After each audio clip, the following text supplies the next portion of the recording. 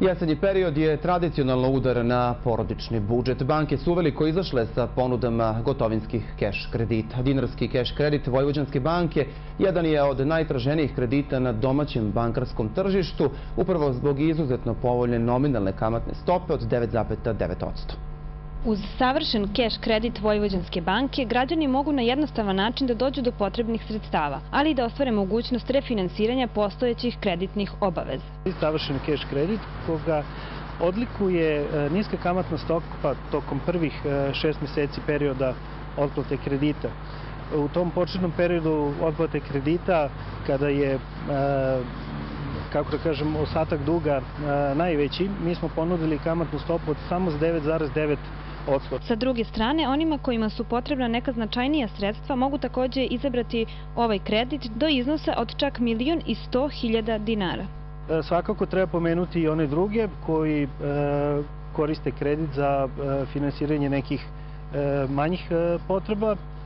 Ovaj keš kredit karakteriše i niska rata, mogu izabrati fleksibilan iznos kredita gde je rata čak od 1.000 dinara. Kućni budžet većine nas je preopterećen, a kako se popularno kaže, vreme je novac.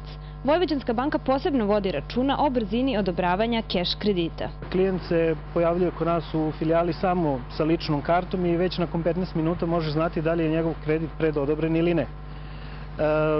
Nakon toga dobija onu osnovnu dokumentaciju koju je potrebno da popuni i donese i nakon toga kredit može biti isplaćen već nakon nekoliko sati, praktično istog dana. Kada se radi o keš kreditima, iz Vojvođanske banke savjetuju građanima da jasno sagledaju sve relevantne činjenice. Ono što građane posebno zanima jeste i to da li su u obavezi da definišu namenu potrošnje.